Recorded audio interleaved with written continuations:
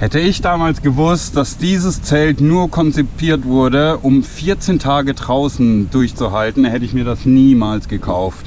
Hallo und herzlich willkommen zu einem kleinen Review von dem Quechua 4.2 Apenas Zelt. Tatsächlich lebe ich jetzt schon fast 2 Jahre mit diesen Zelten und für das erste habe ich 300 € gezahlt, beziehungsweise ich glaube es waren 290 € und dachte, ich kann da dann hier mein Off-Grid Leben komplett leben. Ihr wisst, ich lebe hier Off-Grid und bis ich mir mein Haus gebaut habe, habe ich eine Unterkunft gesucht, die billig ist und akzeptabel. Und die typischen Bell-Tents kennt ihr sehr wahrscheinlich, diese Tipis aus Baumwolle, die man dann auch waschen kann. Und ja, die fangen oft schon bei über 1000 € an. Es gibt aber auch Low-Budget-Versionen. Und deswegen dachte ich mir, für jeden, der in derselben Situation ist wie ich oder sich überlegt, dieses Quechua Apenas 4.2 zu holen, mache ich dieses Video. Und zwar gibt es von dieser Apenas-Reihe verschiedene Reihen. Also dieses 4.2 meine ich heißt, es ist für 4 Personen ausgelegt und hat 2 Kammern. Das heißt, einer der geilen Vorteile auch, ich kann hier drin stehen. Das ist wirklich für mich eines der wertvollsten Sachen. Und dann hat man hier auch Platz, um sich Möbel zu bauen oder sonst was. Ich bin gerade dabei, das übrigens abzubauen. Hier hat mein Hund gelebt, mein Hund und ein bisschen Kleidezimmer. Aber das Geile ist auch, man kann hier diese Kammer einfach rausholen. Dann hat man zwar hier keinen Boden, aber dann kann man hier sogar auch Toilette, Waschbereich, sowas mit Wasser machen. Ja, was mir hier besonders raussticht, ich zeige euch mal, wie das alles so aufgebaut ist. Erstmal finde ich die Qualität an für sich schon geil, muss ich sagen. Also ich merke solche Sachen wie Reißverschluss und auch dieses Plastik. Man muss halt wissen, dass hier ist alles Plastik und Kunststoff. Ist okay, finde ich. Also dafür, dass es halt so ein Zelt ist, ich weiß ja nicht, was für ein Stoff das ist. Wir sehen hier ein Beispiel. Hier habe ich jetzt die letzten Tage sauber gemacht. Es hat angefangen zu schimmeln. Vielleicht sieht man das hier so durch die ganzen Pünktchen. Die schimmeln. Hier habe ich noch nicht sauber gemacht. Da sieht man das noch ein bisschen mehr.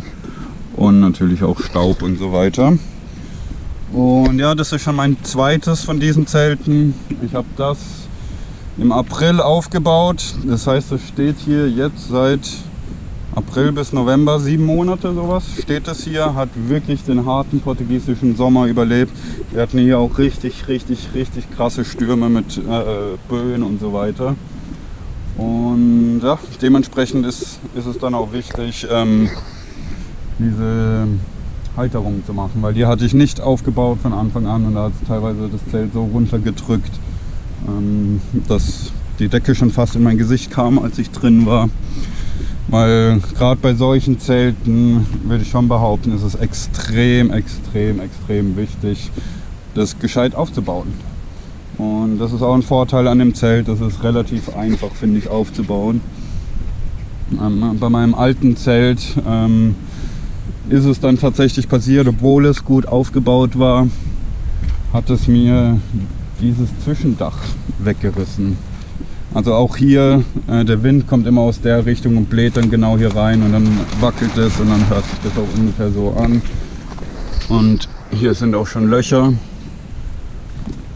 Das heißt, seht ihr es hier auf dem Boden, da tropft es, wenn es richtig regnet.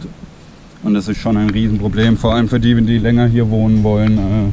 Die wollen nicht, dass Klamotten nass werden, dass Technik nass wird und so weiter. Und da kann man das abkleben mit Panzertape oder sowas. Oder man schont das Zelt, putzt es und baut es ab, je nachdem wie es ist. Ja, würde ich mir das nochmal holen, das Zelt. Kommt drauf an, sage ich mal. Also falls ihr überlegt, euch wirklich etwas für ein Jahr oder vielleicht sogar 2 Jahre zu holen, dann würde ich davon nicht abraten. Wenn ihr aber irgendwie nur 2-3 Monate oder sowas das wollt oder für Festivals, für Partys, dann ist es auf jeden Fall ein richtig geiles Zelt. Das würde ich dann mit sehr gutem Gewissen empfehlen, das ist schon sehr praktisch. Aber das Kleingedruckte sollte man beachten bei Decathlon. Weil ich habe mir das gekauft mit Garantie, das war mir wichtig, weil das erste Mal, wo ich das gekauft habe für 290 €, habe ich das aufgebaut an einer anderen Stelle. Ich habe 2 Monate drin gewohnt oder 3 Monate vielleicht, und dann hat es mir diese Plane komplett abgerissen. Beziehungsweise erstmal hat sich da ein Wespennest eingenistet und hat schon angefangen, riesengroße Risse zu haben. Und an einem Tag ist dann das komplette Dach hier abgerissen. Und das heißt, man hat dann immer noch so eine Kammer, aber hier ist nur so ein Moskitonetz. Da regnet es dann halt komplett durch. Aber nichtsdestotrotz, hier kann man dann zumachen und dann kann man hier trotzdem auch bei leichten Regen auf jeden Fall leben. Wo ich damals sehr enttäuscht war, ist, dass ich dann nach 2 Monaten zu Decathlon gegangen bin, wo mir das komplett aufgerissen hat und ich gefragt habe, ob die das irgendwie reparieren können oder sonst was. Aber mir wurde dann gesagt, das Einzige, was möglich ist von der Garantie her, ist nichts. Ja, genau, erstmal das. Also 14 Tage darf man dieses Zelt draußen benutzen. Sobald man 15 Tage lang mit diesem Zelt dauerhaft draußen campt, zählt die Garantie nicht mehr. Und leider war ich ehrlich und habe dann keine Garantie bekommen. Und die einzige Möglichkeit, die ich hatte, war, mir so eine neue Außenhaut zu kaufen. Das heißt wirklich die komplette Außenhaut, im Prinzip alles außer diese Kammern und die Folie, für 120 €. Das heißt, ich stand dann da mit einem kaputten Zelt und hatte die Wahl, ob ich 120 € nur für die Außenhaut ausgebe. Und das habe ich dann nicht gemacht, weil für 120 € kriegt man schon recht gute andere Zäune. Und dann habe ich durch Zufall im Februar, meine ich, war das, gesehen, dass Decathlon die Ausstellungsstücke verkauft. Also auch hier ein Spartipp, wenn ihr im Winter oder vor der nächsten Saison geht. Das heißt 2025 zum Beispiel fängt die Campingsaison im Juni an, April manche schon, dass man dann im Februar zu Decathlon geht. Und da habe ich genau dieses Teil hier gekauft. Und ja, für mich war das wie ein neues Zelt. Also ich stand draußen, man muss halt beachten, die sind dann schon ein halbes Jahr lang der Sonne ausgesetzt, im Regen ausgesetzt, Wind ausgesetzt. Das heißt, der Stoff an für sich, auch wenn er noch nagelneu aussieht und gut ist, der hat darunter gelitten. Und ich vermute, dass solche Löcher nicht entstanden wären, wenn ich ein ganz neues Zelt hatte.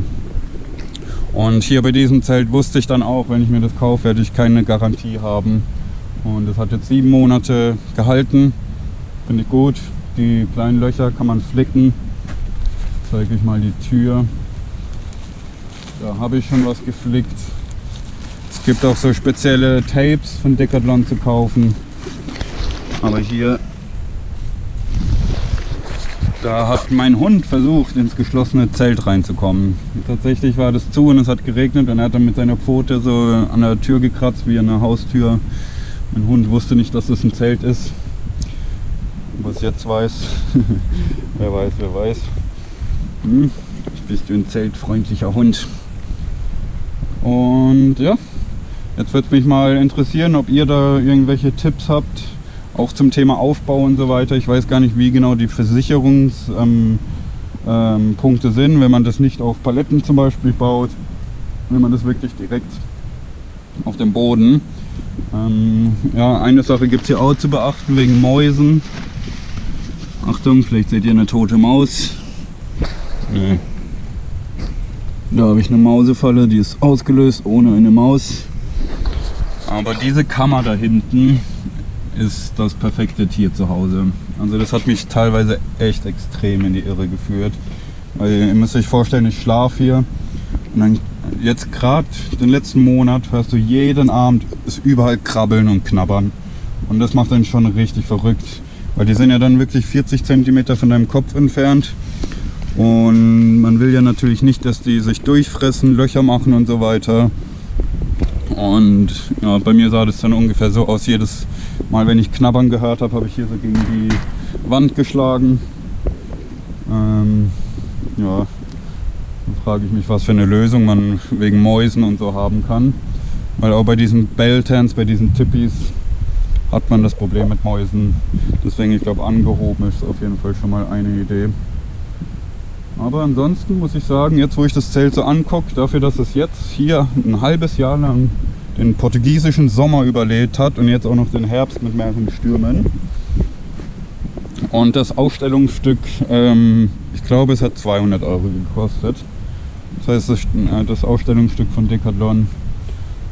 Und ja, so viel zum Thema Decathlon. Ein kurzes Review, wie das für mich war. Wenn ihr irgendwelche Fragen habt, dann schreibt es gerne in die Kommentare. Viel Spaß, bis bald, euer Robin.